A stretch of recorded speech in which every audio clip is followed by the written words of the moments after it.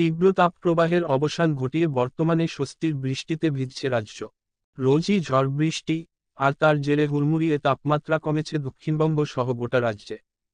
চলতি সপ্তাহে আর তাপমাত্রা বাড়ার ঝুঁকি নেই, যদিও রবিবারের পর বৃষ্টি কমলে ফের চড়তে পারে পারদ।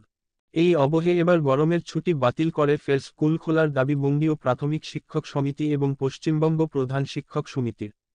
গরমের দহন জ্বালা কমতেই গরমের ছুটির পালা চুকিয়ে স্কুল খোলার দাবি।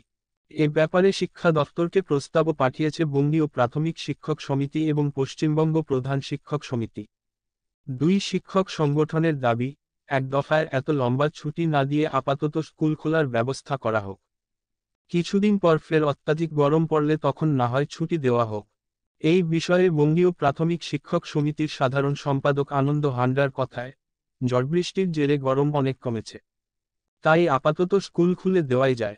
ফের মাত্রাতিরিক্ত গরম পড়লে ছুটি দিয়ে দেওয়া যেতে পারে। পাশাপাশি পশ্চিমবঙ্গ প্রধান শিক্ষক সমিতির সাধারণ সম্পাদক কৃষ্ণাংশু মিশ্র বলেন, এবার থেকে উচ্চ মাধ্যমিক স্তরে পাঠ্যক্রম বদলেছে, সেমেস্টার পদ্ধতি চালু হয়েছে। এই আবহে গরম কমলেও স্কুল বন্ধ রাখলে স্টুডেন্টদের পড়াশোনার ক্ষতি হবে। প্রসঙ্গত, রাজ্যের পড়ুয়াদের তীব্র তাপপ্রবাহ থেকে বাঁচাতে এবার প্রায় 1 মাস এগিয়ে আনা হয় গরমের ছুটি। গত 22শে এপ্রিল শিক্ষা প্রতিষ্ঠানগুলিতে আগাম গরমের ছুটি ঘোষণা করেছে পশ্চিমবঙ্গ সরকার। এই গরমের জেরে যাতে ছাত্রছাত্রীরা অসুস্থ না হয়ে পড়ে সেই কারণেই তড়িঘড়ি পদক্ষেপ নেওয়া হয়।